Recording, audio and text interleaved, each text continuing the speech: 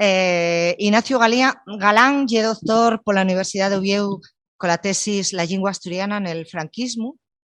Tiene un grado en periodismo pola UDIMA, especialista en asturiano en el máster de profesorado, diplomado en turismo y especialista en gestión cultural por la Universidad de Oviedo. Y como dice él, también sabe hacer macramé. Desde 2007 presenta programas na TPA.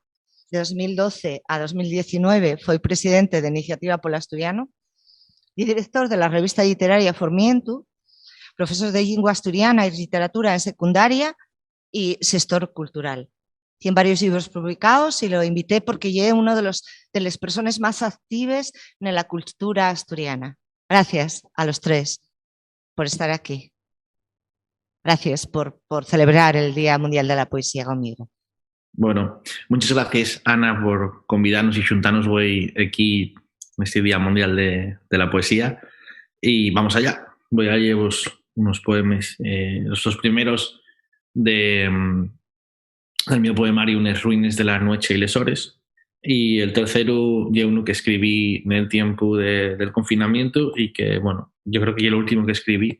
Hay gente que costó mucho escribir en el confinamiento, a mí también, pero especialmente después todavía más, yo creo. Vamos con ello. Construir una vida.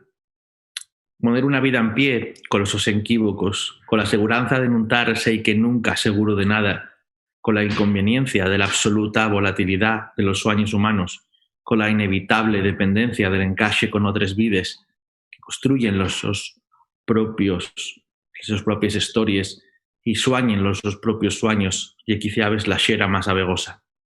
Esa vida a tener cuartos bien grandes para las visitas, ventanas para no cerrarse en un mismo, una antoxana para guardar las distancias y despedir a los que nos dejen con comodidad, un tellao fuerte para cuando el tiempo venga lluvioso o con nieve, que no se drapo que es vegáis, y unas paredes gruesas, pero ligeres, para ser quien abrir puertas nuevas y ventanas con perspectivas anovais. Esa vida a estar bien comunicada con caminos que lleven a otros y amoblada al nuestro gusto, para estar felices en ella, tratando de agarrar les menos zunes posibles. La luz. Aquella luz de junto a la ventana tiene la zona de prenderse todos los días a la misma hora, como ese amigo que viene sin avisar en los momentos en teoría más inoportunos. La única noche en la que un fixo acto de presencia fue aquella en la que, en la oscuridad, el inspector busca pruebas en el regato.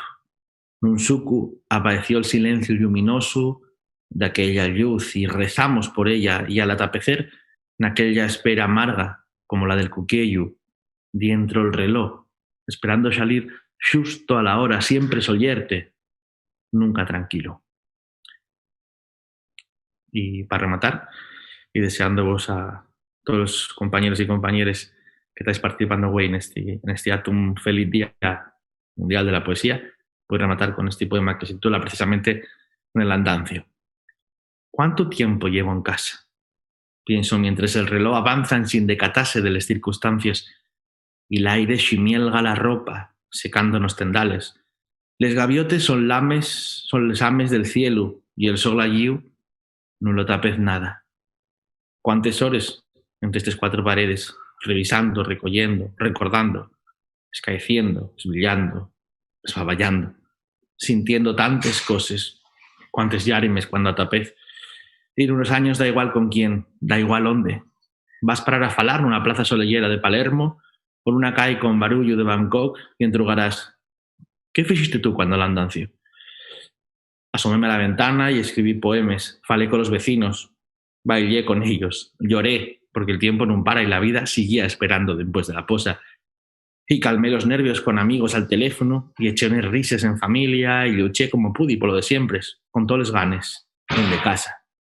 Escalé y desescalé pelos sentimientos, sentí dolor con cifres, asustéme y frivolicé, creí y no decreí tú. Vi, sentí y tanto recibí que no retuve nada. Asoméme a la ventana y vi gente triste, vi soledad, vi solidaridad, vi un mundo distinto, extraño y al mismo tiempo muy real, muy duro.